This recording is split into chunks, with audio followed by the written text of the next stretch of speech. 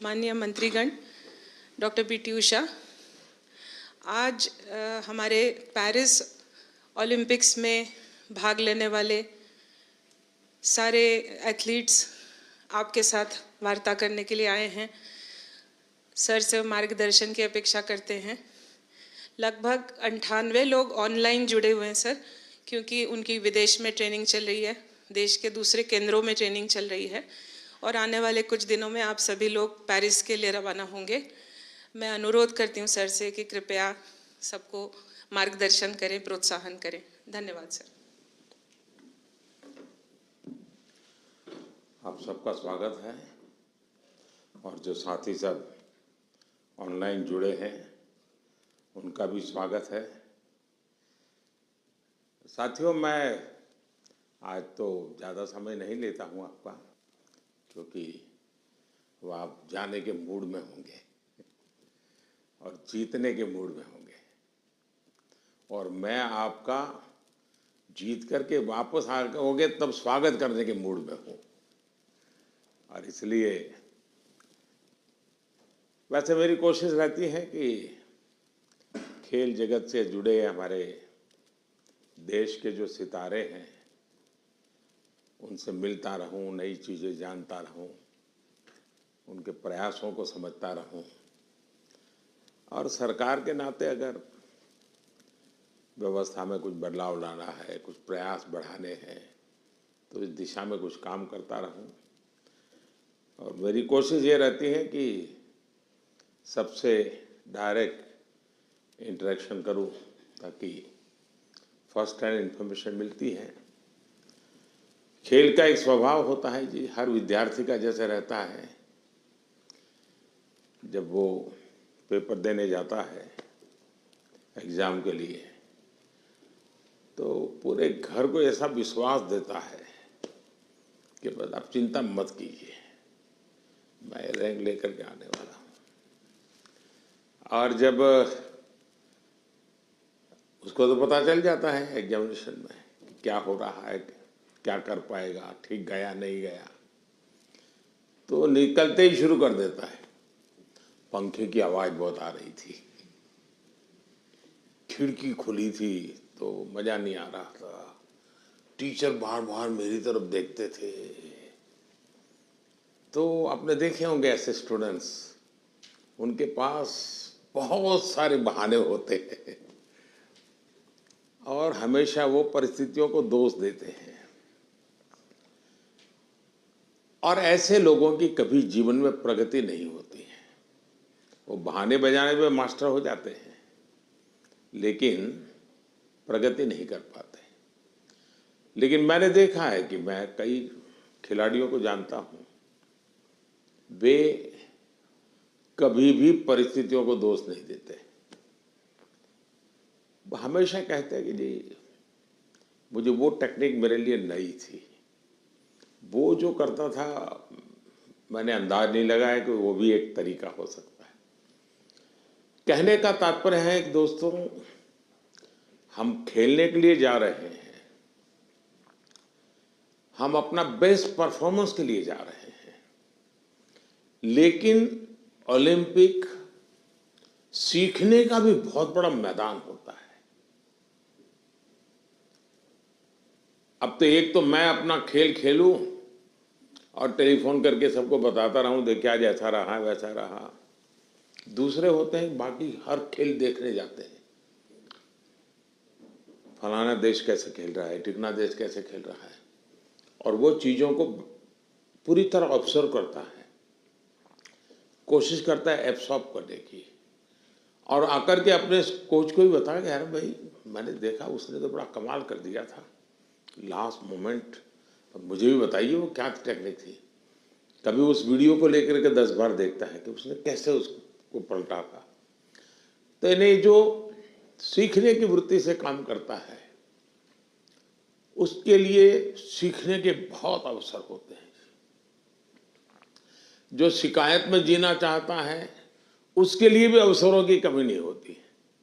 दुनिया के समृद्ध समृद्ध देश भी, उत्तम से उत्तम सुविधाओं के साथ आए हुए लोग भी शायद शिकायत करते हुए नजर आएंगे और हमारे जैसे देश के लोग जाते हैं, कई कठिनाइयाँ होती हैं, बहुत सी असुविधाएं होती हैं, लेकिन दिल में उसके मन में रहता है मेरा देश, मेरा तिरंगा झंडा, और इसलिए वो कठिनाइयों को, असुविधाओं को बिल्कुल साइड में रखता है, वो अपने मिशन के लिए लग जाता है। और इसलिए साथियों, मुझे पक्का विश्वास है कि इस बार भी खेल के मैदान में आप भारत का नाम रोशन करके आएंगे। जो पहली बार जा रहे हैं, जिनको ओलंपिक में जाने का पहला मौका मिल रहा है, ऐसे कौन कौन है? अच्छा, बेटियों की संख्या ज्यादा है, पहलवानों की संख्या ज्यादा है? अच्छा, जो पहली बार जा रहे हैं उनके मन में क्या चल रहा है, मैं जरा सुनना चाहूंगा, आप क्या सोच रहे हैं? आप में से कोई भी बताए। हाँ बताइए, आप कुछ कहना चाहती हो ना? ये पीछे, हाँ हाँ बताइए। हाँ, अपना परिचय बता दीजिए। और मैं रमिता जिंदल हूँ। एयर राइफल शूटिंग में मैं पहली बार ओलंपिक्स में जा रही हूँ, तो I am very excited to go because Olympics में जाने का सपना तो स्टार्टिंग से ही था मेरा, जब से स्पोर्ट्स स्टार्ट किया है मैंने। तो मुझे काफ़ी एक्साइटमेंट भी है और साथ में मोटिवेशन भी है काफ़ी कि देश के लिए मैं कुछ अच्छा करके आऊँ वहाँ। आपकी ट्रेनिंग कहाँ कहाँ हुई है? मैं हरियाणा से हूँ, बट मैं ट्रेनिंग चेन्नई में करती हूँ। परिवार में भी और कोई खेल जगत से जुड़े हुए थे कि आप ही ने शुरुआत की? नहीं, मैंने ही शुरुआत की है। अच्छा, वरना हरियाणा में तो हर घर में खिलाड़ी मिलेगा। बैठिए। और कौन कुछ बताएंगे अपना, जो पहली बार जा रहे हैं? बेटियां तो बहुत बता सकती है। दीजिए दीजिए, वो बोलेगी कुछ। हाँ, मेरा नाम रितिका है और मैं हरियाणा रोहतक से हूँ और मैं बहुत खुश हूँ, मैं पहली बार जा रही हूँ। एक्साइटमेंट भी बहुत है कि मैं अपना मैट पे प्रदर्शन दिखाऊंगी, पूरे देश की नज़र मुझ पे होगी और सभी लोग दुआ भी कर रहे हैं और मैं भी अपना 100% दूंगी। शाबाश। और बोलिए ना। हाँ दीजिए, आप संकोच कर रही है, बोलना है, आपको बॉडी लैंग्वेज कह रही है। मेरा नाम अंतिम पंगाड़ है और मैं 53 kg में रेसलिंग करती हूँ। मैं अभी 19 साल की हूँ और मैं ओलंपिक खेलने जाऊँगी। बहुत खुशी है मुझे कि भाई अभी तक ओलंपिक में सिर्फ कुश्ती में एक ही मेडल आया लड़के का, और वो भी ब्रॉन्ज आया, तो मैं चाहती हूँ मैं इससे भी अच्छा मेडल लेके आऊँ। शाबाश। अच्छा, आप में से 18 से भी कम उम्र के कौन कौन है जिनकी एज 18 से कम है? एक, हाँ बताइए बेटा।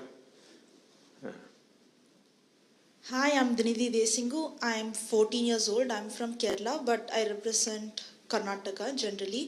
I am really excited to go to the Olympics this year as being a part of Team India. It's a great honor and a great privilege that I got to be a part with such an amazing team this year. I know that it's just the start of my journey, and I know that there's a long, long way to go for me and for all of us over here. I hope that we all make our country proud, and I hope that we come back with great achievements and lifetime goals. Wish all the best. अच्छा, जो लोग 3 बार से ज्यादा बार Olympic में गए हैं, ऐसे कौन कौन है? More than 3 times. हाँ, जरा उनसे सुनेंगे। हाँ, मोर देन 3 टाइम्स। हाँ बताइए। हाँ, कहिए, झारखंड वालों को तो छूट है कुछ भी बोलने की। नमस्ते सर, मेरा नाम दीपिका कुमारी है, मैं आरजे को रिप्रेजेंट करती हूँ। सर बहुत खुशी है और कि ये चौथा ओलंपिक है मेरा और मैं बहुत एक्साइटेड हूँ और ये काफ़ी एक्सपीरियंस है, तो मैं उस एक्सपीरियंस को चाहूँगी कि उस एक्सपीरियंस को यूज़ करूँ और उसी जोश और उसी कॉन्फिडेंट के साथ रिप्रेजेंट करूँ और अपना 200% दूँ। Thank you sir. अच्छा, आप जो यहाँ नए खिलाड़ी पहली बार जा रहे हैं, उनके लिए क्या संदेश देगी, जो पहली बार जा रहे हैं इस टीम में? सर मैं बोलूँगी कि डेफिनेटली कि एक्साइटमेंट बहुत ज़्यादा होता है, बट मैं उनको बोलूँगी कि उस चकाचौंध में वो ना घुसे, जितना हो सके वो खुद पे फोकस करे और इंजॉय करें, पर पूरे फोकस के साथ, पूरे सेल्फ कॉन्फिडेंस के साथ। और मैं ये बोलूँगी कि मेडल जीतना है, उसके पीछे ना भागे, वो परफॉर्म करे, अच्छा परफॉर्म करे, ताकि मेडल उनके पास आए। अब 3 बार हुआ ही, पहली बार गई, उसमें कुछ सीखा होगा, कुछ आपने आकर के उसको प्रैक्टिस किया होगा। दूसरी बार गई, कुछ और सीखा होगा। मैं जान सकता हूं कि आपने ऐसा कौन सी चीज़ें नई एडॉप्ट की जिसके कारण आपका कॉन्फिडेंस भी बढ़ा है और आपको लगता है कि आप देश को कुछ दे पाओगे? ये ऐसा तो नहीं कि रूटीन जो प्रैक्टिस करती थी वही करते, क्योंकि ज़्यादातर मैंने देखा है, जैसे मैं योगा वगैरह करने की आदी हूँ, तो मैं समझ देता हूँ मेरे लिए। लेकिन मैंने देखा है कि जो एक रिदम बन जाती है, जाते ही जिससे शुरू करता हूँ वही से एकदम से शुरू हो जाता है। फिर मैं थोड़ा कॉन्शियस होकर कहता हूँ आज ये 2 छोड़ो, 2 नई चीज़ें करूँ, तो थोड़ा मुझे वैसा हर एक का आदत हो जाती है कि वो अपनी जो पुरानी हैबिट है उसी प्रकार से एक्ट करता रहता है और उसको लगता है मैंने कर लिया। आपकी स्थिति क्या है? सर, जो पुरानी अच्छी आदत है उसको कंटिन्यू करते हैं, और जैसे लास्ट टाइम कोई भी मैच से अगर हम हारते हैं तो उससे सीखते हैं, और प्रैक्टिस में आके वो गलती ना करें, उसको हम हर दिन रिपीट करते हैं ताकि वो हमारे आदत में उतर आए, जो अच्छी आदत है वो उतर आए, और वही चीज़ हम कंटिन्यू करने की कोशिश करते हैं। कभी कभी बुरी आदत भी तो आदत बन जाती है, शरीर का हिस्सा बन जाती है। सर, होता है ऐसा, बहुत बार होता है कि बुरी आदत लग जाती है, बट हम खुद को बात करते हैं खुद से और रिमाइंड कराते हैं कि ये चीज़ें हमको कैसे कन्वर्ट करनी है अच्छी चीज़ों में। और कौन है जो 3 बार जाकर के आए हैं? नमस्ते सर, मैं पोअम एमआर एथलेटिक्स से हूँ। 2008 में जब मैं ओलंपिक्स गई थी तो मैं 18 ईयर्स थी, तो मैं रिजर्व में थी सर। देन 2016 में हम लोग टीम में भागे थे, तो 2002 के बाद हम लोग फाइनल में नहीं आया, तो this time we want to create a national record and come into the finals. चलिए, with so confidence, thank you.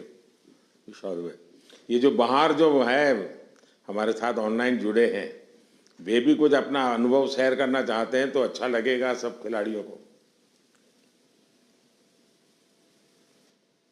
कौन बताना चाहता है? हाथ ऊपर करके शुरू कर दीजिए। नमस्कार सर। नमस्ते। मैं पीवी सिंधु। सर, मेरा अभी 3rd ओलंपिक्स में जा रही हूँ सर। तो फर्स्ट ओलंपिक्स में 2016 में सिल्वर लेके आई थी, और 2020 टोक्यो में ब्रॉन्ज लेके आई थी। तो इस बार I hope I change the colour sir, and I hope I come back with the medal. Obviously अभी बहुत एक्सपीरियंस से जा रही हूँ, but definitely it's not going to be easy, but I will try my best and hoping for another medal sir. Yeah. ये जो नए खिलाड़ी आ रहे हैं उनके लिए क्या कहोगी?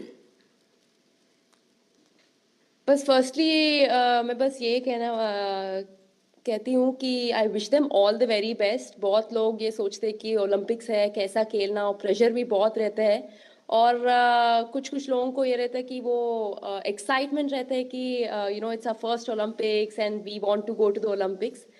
But I just want to say that you know it is like any other tournament. It's just that हम focus करना है, और we have to have that belief in ourselves that we can do it.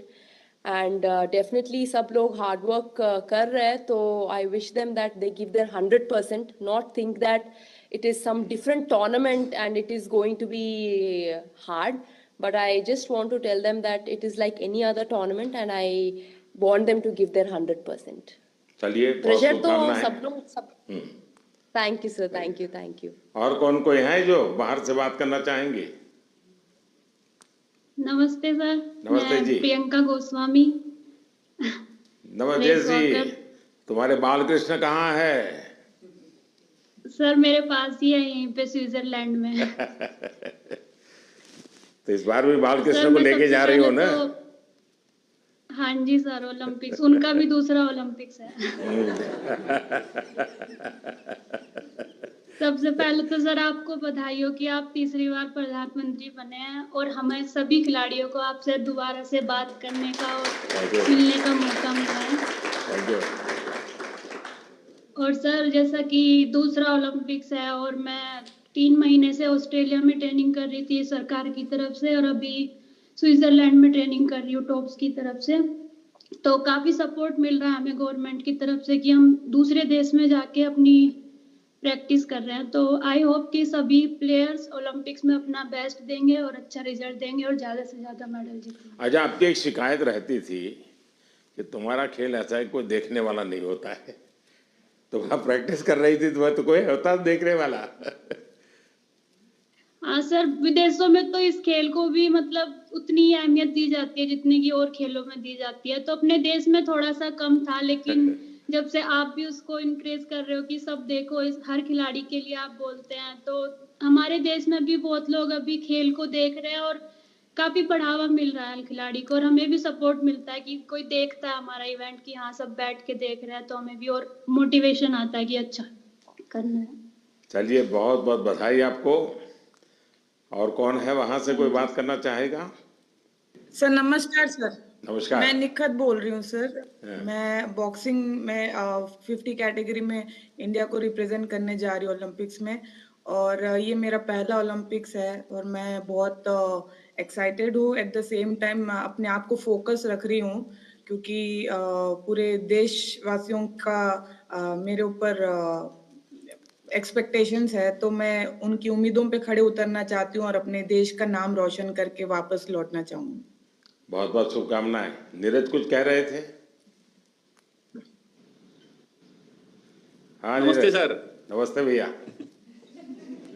कैसे हो sir? मैं वैसा ही हूँ। तेरा चूरमा अभी तक आया नहीं। चूरमा लेके आएंगे सर इस बार। पिछली बार वो दिल्ली में चीनी वाला चूरमा था, आपको हरियाणा का वही तो।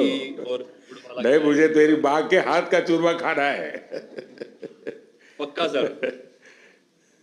बताइए। बिल्कुल सर, हम भी अभी बाहर हैं जर्मनी में और ट्रेनिंग बहुत अच्छी चल रही है। इस बार मैं काफी कम कंपटीशन खेल रहा हूँ क्योंकि बीच बीच में मुझे एक इंजरी हो रही है, पर अभी काफी बेटर है। अभी कुछ दिन पहले मैं फिनलैंड में कंपटीशन खेला था और वो काफी अच्छा रहा। और 1 महीना है हमारे पास ओलंपिक्स के लिए और ट्रेनिंग बहुत बढ़िया चल रही है। कोशिश कर रहे हैं कि अपने आप को पूरा फिट करके जाएं पेरिस में और 100% दे सर अपनी कंट्री के लिए, क्योंकि 4 साल में आता है। मैं सभी एथलीट्स को ये बोलना चाहूँगा कि 4 साल में मौका मिलता है और अपने अंदर घुस के उस चीज़ को निकालें कि क्या वो चीज़ है जिससे हम अपना बेस्ट दे सकते हैं। क्योंकि मेरा टोक्यो मेरा पहला ओलंपिक्स था और पहले ओलंपिक्स में ही बहुत ही अच्छा रिजल्ट रहा, गोल्ड जीता देश के लिए। और उसका रीज़न मैं मानता हूँ कि यही है कि मन में डर नहीं था, निडर होके खेला और बहुत ही बिलीव था खुद पे कि ट्रेनिंग बहुत अच्छी हुई है। और मैं सभी एथलीट्स को ये बोलूँगा कि वैसे ही खेलें, किसी से डरने की घबराने की जरूरत नहीं है, क्योंकि वो भी इंसान है। कई बार हमको लगता है कि शायद यूरोपियंस ज़्यादा स्ट्रॉन्ग है या फिर यूएस के एथलीट या दूसरी कंट्रीज के ज़्यादा स्ट्रॉन्ग है, लेकिन वही है कि अगर हम खुद को पहचान लें कि हाँ हम इतनी मेहनत कर रहे हैं, अपने घर बार को छोड़ के इतनी दूर हैं, तो कुछ भी पॉसिबल है जी। चलिए, बहुत बढ़िया टिप दिए हैं सबको। मैं आपका धन्यवाद करता हूं और आपको शुभकामनाएं देता हूं। आपका स्वास्थ्य अच्छा रहे, 1 महीने में कोई नई इंजरी ना हो भाई। बिल्कुल सर, वही कोशिश कर रहे हैं। देखिए साथियों, आपने देखा होगा कि 2-3 बातें बहुत अच्छी निकली, क्योंकि आप जो अनुभवी लोग हैं उनसे जो जानने को मिलता है उसकी एक अहमियत होती है। जैसे आपको बताया गया कि वहाँ के तामझाम में डूब मत जाना, खो मत जाना, ये बहुत सही है जी। अदरवाइज हमारे लिए वो उसी का प्रभाव इतना होता है कि हम शायद अपनी चीज़ को फोकस नहीं कर पाते हैं। दूसरा, परमात्मा ने हमें एक कद दिया है, बाकी खिलाड़ी हमसे बड़े कद वाले होते हैं, लेकिन हम पक्का मान के चले यहाँ कद का खेल नहीं है जी। यहाँ कौशल्य का खेल है, आपकी टैलेंट का खेल है।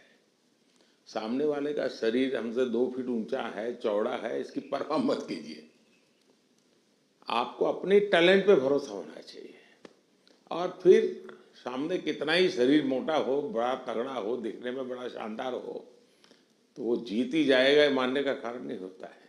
तो हमने कोशिश, अपने पास जो कौशल है, अपने पास जो टैलेंट है, उस पर ही हमारा फोकस होना चाहिए और वही हमें परिणाम देता है। आपने देखा होगा कि बहुत सारे लोग, बहुत कुछ आता है उनको, लेकिन एग्जामिनेशन के समय गड़बड़ हो जाती है। उनको लगता है यार याद नहीं आता है, फिर सोचता है, कुछ कोरिलेट करता है, और उसका मूल कारण उसका एग्जाम पर ध्यान कम होता है। उसका मूल कारण होता है कि अगर मैं अच्छा नहीं करूंगा तो घर वाले क्या कहेंगे, अगर मैं मार्क्स कम लाए तो क्या, उसी प्रेशर में रहता है। आप चिंता छोड़ दीजिए दोस्तों, आप खेलिए अच्छा बस। अरे मेडल आते भी हैं, नहीं भी आते, क्या है, ये प्रेशर कभी मत रखिए। हाँ, अपना 100% बेस्ट देना है, ये मिजाज अपना होना चाहिए और उसमें कोई कमी नहीं होनी चाहिए। दूसरा, आप लोग जानते होंगे, आपको शायद ये आपके कोचेज हैं वो सब, ये आपकी जो साइकोलॉजिकल जो ट्रीट करते हैं वो भी आपको समझाते होंगे। खेल जगत में प्रैक्टिस का जितना महत्व है, कंसिस्टेंसी का जितना महत्व है, उतना ही महत्व नींद का है। और कभी कभी तो कल सुबह मैच होने वाला, आज रात को नींद ही नहीं आ रही है, और शायद कोई और चीज हमें जितना नुकसान नहीं करती है, उससे ज्यादा नींद का अभाव नुकसान करती है। और आपको आश्चर्य होगा कि एक ऐसा प्रधानमंत्री है जो हमको सोने के लिए कह रहा है लेकिन मैं आपसे आग्रह से कहूंगा, अच्छी नींद बहुत जरूरी है खेल जगत के लिए, किसी भी जीवन के हर चीज के लिए। और आजकल तो मेडिकल साइंस भी नींद पर बहुत बल दे रहा है कि आपकी नींद कितने समय की है, कितनी साउंड स्लीप है, इसका बड़ा महत्व माना जाता है। और नया मेडिकल साइंस में इन चीज़ों को बड़ा स्वीकार किया जा रहा है।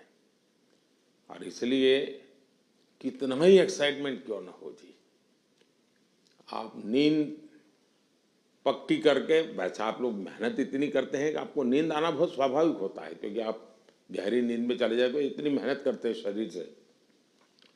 लेकिन शरीर की मेहनत वाली नींद एक बात है, और सभी चिंताओं से मुक्त सोना ये अलग चीज है।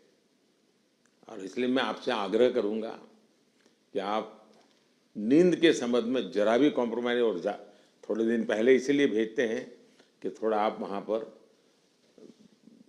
जेट लैग वगैरह समस्याओं से बच जाए, वहाँ थोड़ा कंफर्ट फील करें, और उसके बाद आप खेल के मैदान में उतरे तो आपको सुविधा रहे, इसलिए एक व्यवस्था सरकार करती है। खिलाड़ियों की सुविधा के लिए इस बार भी कुछ नई नई चीज़ें करने का प्रयास किया है, लेकिन फिर भी मैं कह नहीं सकता हूँ कि हर एक को सब कुछ वहाँ सुविधाजनक होगा ही कि नहीं होगा, लेकिन कोशिश की है। इन दिनों हम वहाँ के जो भारतीय समुदाय है उनको भी जरा एक्टिवेट करते हैं, उनको मोबिलाइज करते हैं, जरा आप भी हमारे खिलाड़ियों के साथ जरा जुड़िए। कुछ डिसिप्लिन रहती है, इसलिए उतने तो निकट नहीं रह सकते, लेकिन फिर भी वो ख्याल रखते हैं, चिंता करते हैं। जिसका खेल पूरा हो जाता है उसकी तो भरपूर चिंता करते हैं। लेकिन हम कोशिश करते हैं कि एक प्रकार से आप लोगों के लिए कंफर्ट रहें, असुविधा ना हो, और आप लोग अच्छा परिणाम लेकर के आए। मेरी तरफ से आप लोगों को बहुत बहुत शुभकामनाएं हैं, और मैं आप लोगों का फिर से एक बार इंतज़ार करूंगा जब आप 11 अगस्त को तो सारा खेल पूरा होगा। आप में से लोग जल्दी आएंगे, ऐसा तो क्रम रहता है, लेकिन मैं कोशिश करूंगा कि 15 अगस्त को एक बार लाल किले पर जब कार्यक्रम होता है तो आप लोग भी उसमें उपस्थित रहें, ताकि देश देखेगा कि यहाँ से हमारे ओलंपिक खेलने के लिए जो गए थे, क्योंकि ओलंपिक खेलने जाना ये भी बहुत बड़ी बात होती है जी।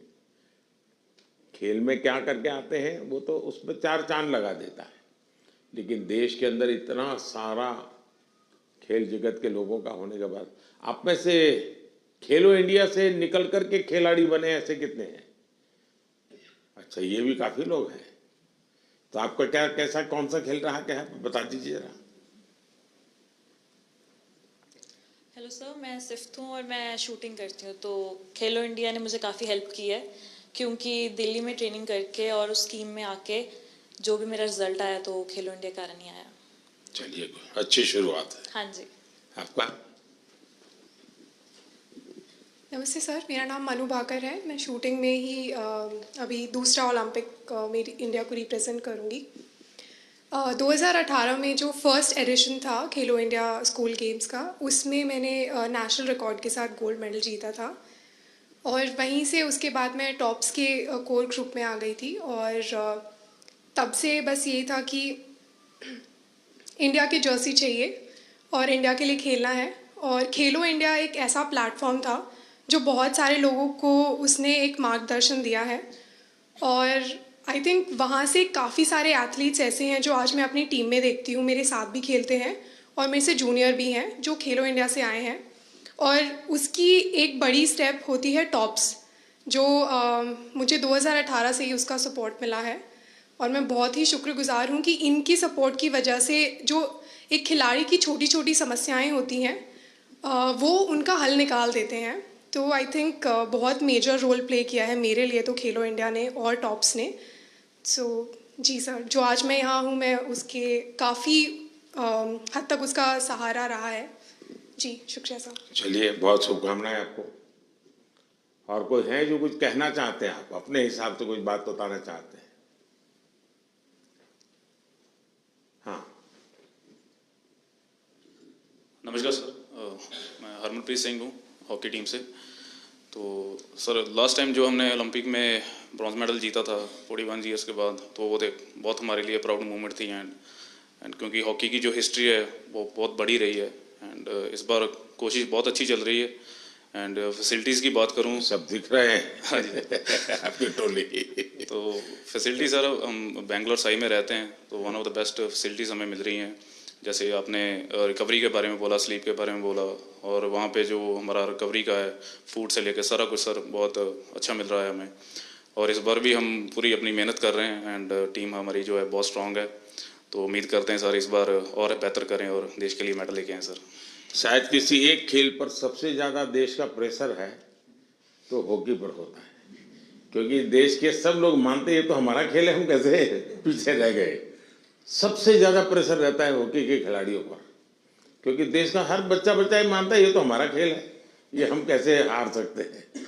बाकियों में तो कहते हैं हाँ भाई चलो हमारे लोगों ने कोशिश की, प्रयास किया, निकाल रहे हैं। ये हॉकी के विषय में कॉम्प्रोमाइज नहीं करते और इसलिए उनको मेहनत भी ज़्यादा करनी पड़ती है। लेकिन मेरी शुभकामना है, मुझे आप पक्का करके लाओगे, मुझे पूरा भरोसा है जी। Thank you sir, thank you. चलिए साहब, मैं आपसे यही कहूँगा कि ये देश के लिए कुछ कर गुजरने का एक अवसर होता है। आपने अपनी तपस्या से इस स्थान तक पहुंचे हैं, अब आपके लिए अवसर है देश को कुछ देने का। और देश को देने के लिए खुद का बेस्ट खेल के मैदान में देना पड़ता है। जो खेल के मैदान में खुद का बेस्ट देता है वो देश के लिए गौरव लेकर के आता है। और मुझे पक्का विश्वास है कि हमारे सभी साथी इस बार पुराने सारे रिकॉर्ड तोड़ करके आएंगे।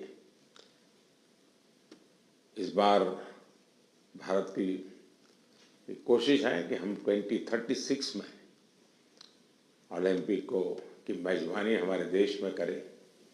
उससे भी एक बड़ा माहौल बनता है। तो हमारे दिशा में हम प्रयास कर रहे हैं और हो सकता है शायद अभी तैयारियां इंफ्रास्ट्रक्चर के लिए जो चाहिए उस पर काम काफ़ी चल रहा है। जो भी एक्सपर्ट लोग हैं उस पर काम कर रहे हैं। आप लोग भी अगर खेल के बाद, खेल के पहले तो मैं नहीं कहूँगा, वहाँ व्यवस्थाएं क्या, इस बार फ्रांस में अलग अलग शहरों में ओलंपिक हो रहा है और एक तो पूरा बहुत दूर एक आइलैंड पे हो रहा है, तो एक अलग प्रकार का ही वहाँ माहौल रहेगा। लेकिन फिर भी वहाँ की व्यवस्थाओं में अगर आपकी रुचि हो, उसको ऑब्जर्व करें, उसको अगर नोट करें, क्योंकि खिलाड़ियों से जो इनपुट मिलता है, तो जब हम 2036 की तैयारी करेंगे तो वो इनपुट बहुत काम आएगा कि भाई वहाँ ये था, वहाँ वो था, वहाँ इस चीज़ की कमी थी, वहाँ उस चीज़ की कमी थी। तो ऐसी चीज़ें भी अगर आप ऑब्जर्व करके आएंगे तो 2036 के लिए हमें जो करना है उसमें हमें बहुत सुविधा मिलेगी।